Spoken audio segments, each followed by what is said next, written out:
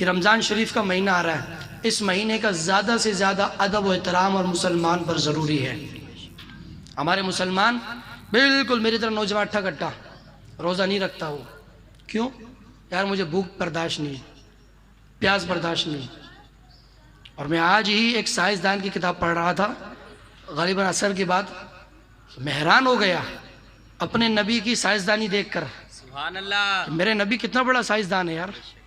वो किसी मुल्क का अंग्रेज़ है काफिर। वो उसने रिसर्च की जिस्म के अंदर जो कैंसर क्यों होता है, उसने रिसर्च की। तो रिसर्च करके वो उसने ये बोला, बैठ जाओ एक मिनट, रिसर्च करके तवज्जो करना, रिसर्च करके उसने ये बोला कि अगर बंदा साल के अंदर 23, 24, 25 दिन, सिर्फ कितने 20, 22, 25 दिन बंदा भूखा रहे ना, उसको जिंदगी में कभी भी कैंसर नहीं हो सकता।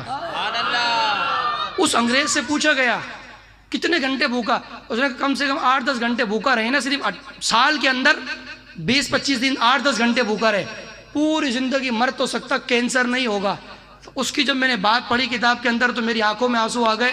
मैंने कहा या रसूल अल्लाह, 1400 साल पहले आपने ये कुरान में हुक्म फरमा दिया कि ए ईमान वालों तुम पर रोजे फर्ज किए गए 30 दिन के।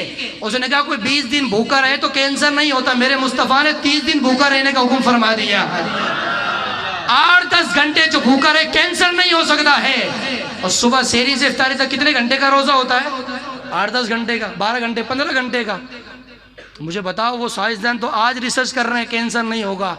मेरा नबी कितना बड़ा साइंसदान है, इसने 1400 साल पहले ही फरमा दिया है कि अगर तुम ये कर लो, साल में 20-25 दिन भूखे रहो 8-10 घंटे, तुम्हें कैंसर की बीमारी कभी भी करीब नहीं आ सकती है। लिहाजा किसी कहने वाले ने क्या खूब कहा कि फैलाए हुए दामान तजस्सुस, फैलाए हुए दामान तजस्सुस, साइंस भी मोहम्मद का पता पूछ रही है। बड़े बड़े अंग्रेज भी कलमा पढ़ के मुसलमान हो गए। लिहाजा बताने समझाने का मकसद ये है, नमाज़ें पढ़ो, रमज़ान मुबारक का अदब करो, कुरान की तिलावत करो और मेरे महबूब की इज़्ज़त पर हर वक्त तैयार रहो, हुजूर की इज़्ज़त पर हर वक्त तैयार रहो। तैयार रहेंगे ना आप सब?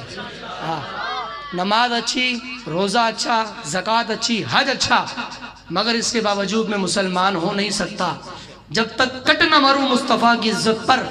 खुदा गवाह है कामिल मेरा ईमान हो नहीं सकता है। जब तक हुजूर की इज्जत पर नहीं मर सकते हैं हमारा ईमान कामिल नहीं हो सकता। नमाजें या आपको मैशर में काम आएगी, रोज़ा मैशर में काम आएगा, लेकिन इज़्ज़त रसूल, ताज़ीम रसूल, अदब रसूल आपको कब्र के अंदर काम आएगा। एक कब्र पहली मंजिल है, यहाँ जो कामयाब है आगे भी कामयाब है, यहाँ फंस गया क़यामत तक फिर वो फंसता ही रहेगा। और यहाँ सबसे पहले अगर किसी को आगे बचाना है, वो बल्ले वाला नहीं आएगा, तब्दीली के जो नारे लगाते हैं वो नहीं आएगा। तब्दीली किस चीज़ की तब्दीली है? जब कुरान मौजूद है तो फिर क्या तब्दील करना भाई? जो तब्दील करना था मेरे नबी ने कर दिया है, तुझे किसने तब्दीली का नारा दिया? तब्दीली ये नहीं होती कि तू औरतों को कपड़े उतार के नंगा करके कंजर बना के इस्लामाबाद में बिठा दे। तब्दीली ये होती है, रियासत मदीना ये होती है, हातिम ताई जो काफिर है उसकी बेटी मुस्तफ़ा की बारगाह में कैद करके लाई गई, सर से रुपट्टा उतरा, मेरे नबी ने चादर उतार के बच्ची के सर पे डाल दी। साहबा ने कहा आका ये तो काफिर की बेटी है। मेरे नबी ने फरमाया चुप करो, बेटी बेटी होती है किसी की भी हो। ये है रियासत मदीना, ये रियासत मदीना। तूने तो खामगा हुजूर के मदीने का नाम बदनाम कर रखा है, और नहीं चलती तो छोड़ दो। तब्दीली का नारे ख़त्म करो, तब्दीली अब कुछ नहीं हो सकती है। क़यामत तक वही इस्लाम बाकी रहेगा जो इस्लाम मेरे मुस्तफ़ा छोड़ के कब्र अनवर में चले गए हैं।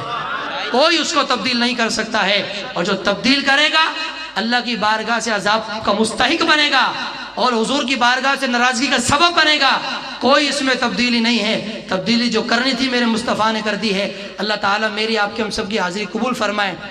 और दूसरी बात, एक और इस्लाह की बात मैं आपको कर दूं कि जब भी नात खानी हो रही हो, कोई नात का नात पढ़ रहा हो, कोई आलिम दीन या कोई भी आए, तो किसी के लिए भी आपको कभी भी खड़े नहीं होना है। तवज्जो इधर रखो, ये आपके लिए आया, मेरे लिए नहीं आया। आपके लिए मैं कुछ नहीं बोलूँगा, आपको पेट भर के खाना, लेकिन तवज्जो मेरी तरफ रखो। जब भी नात पढ़ी जा रही हो, कोई आलिम दीन आए, आलिम की इज़्ज़त करना अच्छा है। हुज़ूर ने फरमाया जो आलिम का अदब करे वो ऐसा उसने मुस्तफ़ा का अदब किया है। जो आलिम से मुसाफा करे वो ऐसा उसने मुस्तफ़ा से मुसाफा किया है, जिसने आलिम की ज़ियारत की वो ऐसा उसने मुस्तफ़ा की ज़ियारत की। लेकिन जब नात पढ़ी जा रही हो उस वक्त किसी आलिम के लिए खड़े नहीं होना। क्यों? इसलिए कि आलिम बड़ा नहीं है, जिसकी नात पढ़ी जा रही वो मुस्तफ़ा बड़ा है। बस हाँ, नात नहीं पढ़ी जा रही फिर आपका हक बनता है आलिम दीन की इज्जत करना, खड़ों की इस्तकबाल करना, हाथ चूमना आपका हक बनता है, वो हमसे बड़े हैं। लेकिन जब सरकार की नात पढ़ी जा रही हो तो हमारे खुश आमदीद मौलवियों से भी मैं हाथ जोड़ के कहता हूँ कि 2 बंदे गार्ड स्टेट पे पहले नहीं भेजा करो कि जाके बोलो अल्लामा साहब आगे खड़े हो जाओ। नहीं नहीं नहीं, अल्लामा साहब तू बड़ा नहीं है, तेरी इज्जत मुस्तफ़ा की इज्जत से है, तेरा नाम सरकार के नाम से, तेरी पगड़ी ऊंची मुस्तफ़ा के नाम से है। अगर सरकार का नाम पढ़ा जा रहा है तो या तो खामोशी से आगे बैठ जाओ, नहीं तो फिर वही रुक जाओ, जब नात ख़त्म हो फिर आप स्टेज पे आ जाओ। इंशाअल्लाह अल्लाह भी राज़ी होगा, रसूलुल्लाह भी राज़ी होंगे। इससे अल्लाह ताला आपको इज़्ज़त नसीब फरमाएगा। गुफ्तगू करने में गलती कोताही हो गई, अल्लाह की बारगाह माफ़ी चाहता हूँ, अल्लाह मुझे माफ़ फरमाए। फ़कीराना आयतें सदा कर चले हैं, आप खुश रहिए, हम दुआ कर चले हैं। नारा की गूंज में मुझे इजाज़त दीजिए। नारे तकबीर, नारे रिसालत, नारे तकबीर, नारे रिसालत, नारे रिसालत, नारे हैदरी, नारे हैदरी, नारे गौसिया, ताजदारे खत्म नबूवत, ताजदारे खत्म नबूवत, जिंदाबाद जिंदाबाद जिंदाबाद। अल्लाह ताला हम सबको हुजूर की इज्जत पर पैरा देने की तौफीक अता फरमाए। वमा अलैना इल्लल बलाग। वीडियो देखने का शुक्रिया। अगर आप चैनल पर नए हैं तो सब्सक्राइब कर लें और साथ ही साथ बेल आइकन पर भी क्लिक कर दें ताकि यूट्यूब हमारी हर वीडियो का नोटिफिकेशन सबसे पहले आपको भेज दे।